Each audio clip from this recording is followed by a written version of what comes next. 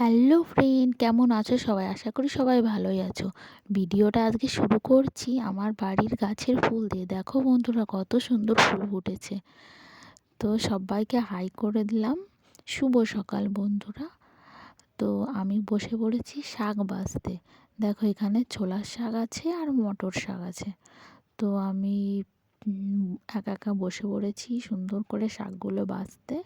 তো শীতের রোদ্রে সকালের দিকে বসে বসে শাকগুলো বাছছি আর রোদ পোয়াচ্ছি। শীতের দিনে রোদে বসে কাজ করতে তো সবারই ভালো লাগে। তো সেইভাবেই রোদে বসে বসে মানে আরামসে শাকগুলো বাছছি। তো শাকগুলো বাছা হয়ে গেছে। তো আমি বটে নিয়ে এসে পড়েছি শাকগুলো কাটতে। ছোট ছোট করে কাটছি শাকের তরকারির জন্য। বেশি ছোট করছি না, ওই হালকা মাপ মতো করছি। তো বসে বসে শাকগুলো কাটার পরে তো রান্না করতে চলে এসেছি। অনেকটা লেট হয়ে গেছে, তো তাড়াতাড়ি রান্নাটা করতে হবে। এখানে তাড়াতাড়ি মাছটা ভেজে নিচ্ছি, মাছের তরকারি হবে। তো মাছটা ভেজে নিচ্ছি আর তোমাদের সাথে গল্প করছি। তো তোমাদের সাথে কথা বলতে বলতে মাছগুলো ভাজা হয়ে গেল। তো এবার আলু ভেজে নেব। তো তরকারিটা হচ্ছে। তো এই প্রথম ব্লগ ভিডিও আমার, অতটা তো বুঝি না, প্রথম প্রথম তো করছি। তো সবাই পাশে থেকো। আর ওইদিকে ভাতও হয়ে যাচ্ছে, এদিকে মাছের ঝোলটাও হয়ে যাচ্ছে। মাছের ঝোলটা দেখতে কেমন লাগছে বন্ধুরা, কমেন্ট করে জানিও কিন্তু অবশ্যই। তো আমার তোমাদের সাথে গল্প করতে করতে তরকারিটা নামানো হয়ে গেছে। তো এই যে নামিয়ে ফেলেছি তরকারিটা।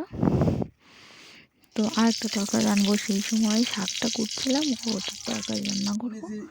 তো ওটার তরকারি হচ্ছে এই যে শাকের তরকারি, মটর শাকের তরকারি মাছের মাথা দিয়ে।